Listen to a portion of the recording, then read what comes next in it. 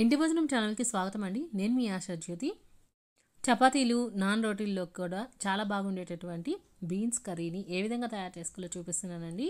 ఇది చాలా ఈజీగా తయారు చేసుకోవడం కోసం మనం ఇక్కడ కుక్కర్ వాడుతున్నాము.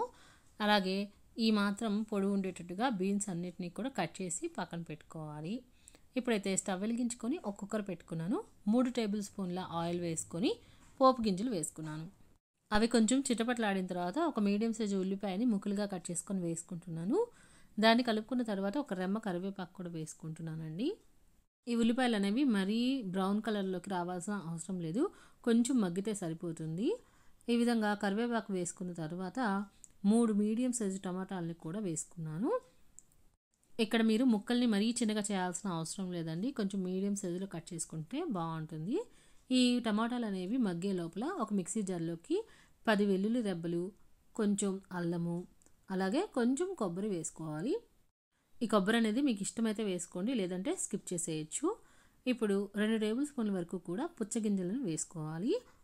అవేనండి మెలన్ సీడ్స్ అంటారు కదా. ఈ మెలన్ సీడ్స్ వేసుకోవటం వల్ల కర్రీ అనేది చాలా టేస్టీగా ఉంటుంది. వీటన్నిటినీ కూడా రుబ్బుకున్న తర్వాత మనకి పేస్ట్ అనేది ఈ విధంగా వస్తుంది.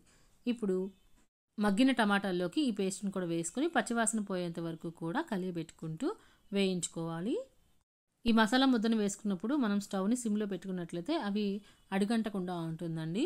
ఈ విధంగా పచ్చివాసన పోయిన తర్వాత మనం ముందుగా శుభ్రంగా కడిగి పక్కన పెట్టుకున్నటువంటి బీన్స్ 1/2 కేజీ వరకు తీసుకున్నానండి. చాలా ఫ్రెష్గా ఉన్నాయి. అవి వేసుకున్న తర్వాత 1 టీ గ్లాసుల నీళ్ళని నేను మిక్సీ జార్లో పోసుకొని తొలిపి పోసుకుంటున్నాను.